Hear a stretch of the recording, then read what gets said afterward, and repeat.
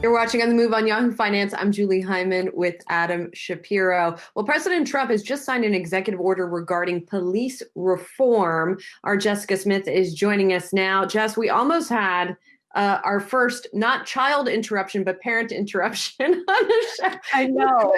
Talk to us about what's going on with that executive order. What exactly is in it? Because I know there are some measures separately being considered in Congress. Yeah, well, President Trump says first part of this is going to be credentialing and certification.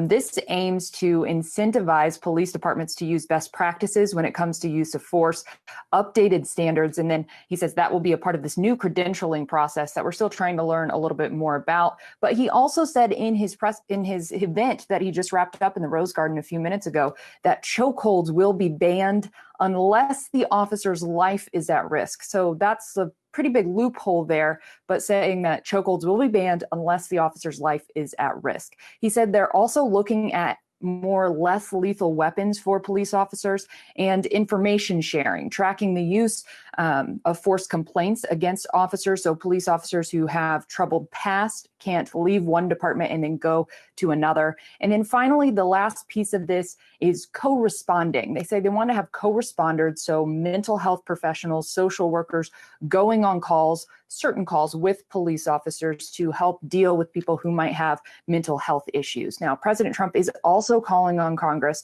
to pass additional legislation. He says that could work hand in hand with this executive order, and we do expect Senate Republicans to unveil their plan at some point tomorrow.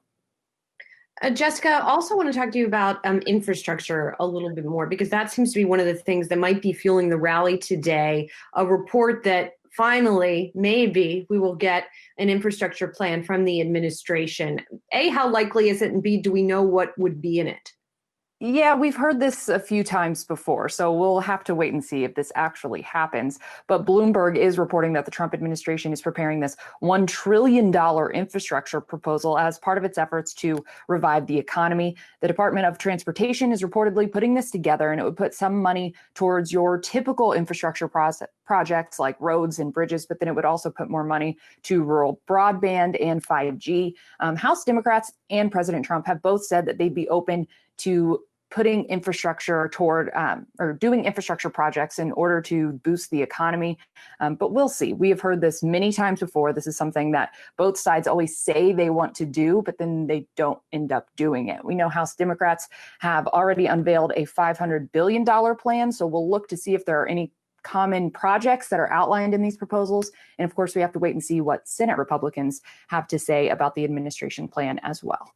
Yes, we will. Jessica Smith, thank you so much. Really appreciate it. Hey investors, Zach Guzman here. Are you interested in learning more about the markets and getting the latest financial news? Well, then click right here to subscribe to our Yahoo Finance YouTube channel. Get the latest up-to-the-minute market analysis, big interviews in the world of finance, and information on how to manage your money every day wherever you are.